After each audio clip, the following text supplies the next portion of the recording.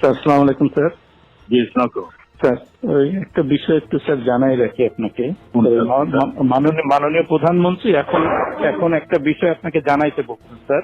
সেটা হলো স্যার ওই সালখায় যেসব বিএনপি জামাতের নেতা আছে এগুলোকে অ্যারেস্ট করে ফেলা যেভাবেই হোক, কিছু অ্যাকশন এখনই ওই ওদের বাড়ি আমি এখনই নিচ্ছি। আর পলিটিক্যালি স্যার ওরা যেহেতু পড়বে আমাদেরও একই রোল এখন।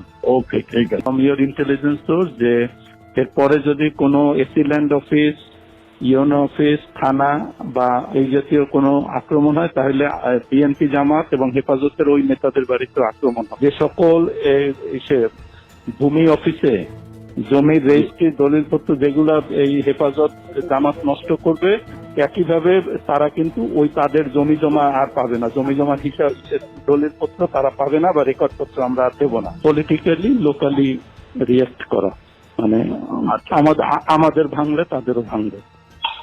সোজা স্যার এইগুলো। আর স্যার ওই একইভাবে আপনাদের পলিটিক্যাল সিস্টেম এগুলো সব থেকে জানান।